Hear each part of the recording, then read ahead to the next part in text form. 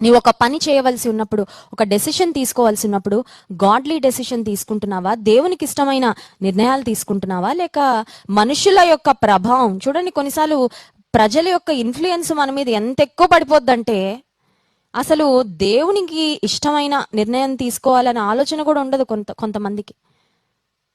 మనుషుల యొక్క ప్రభావం చాలా పడిపోయి దేవునికి అవిధేయమైన పనులు చేస్తూ కుటుంబ జీవితాన్ని కాంప్లికేట్ చేసేసుకుంటారు, అంతే నరకప్రాయంగా మార్చేసుకుంటారు.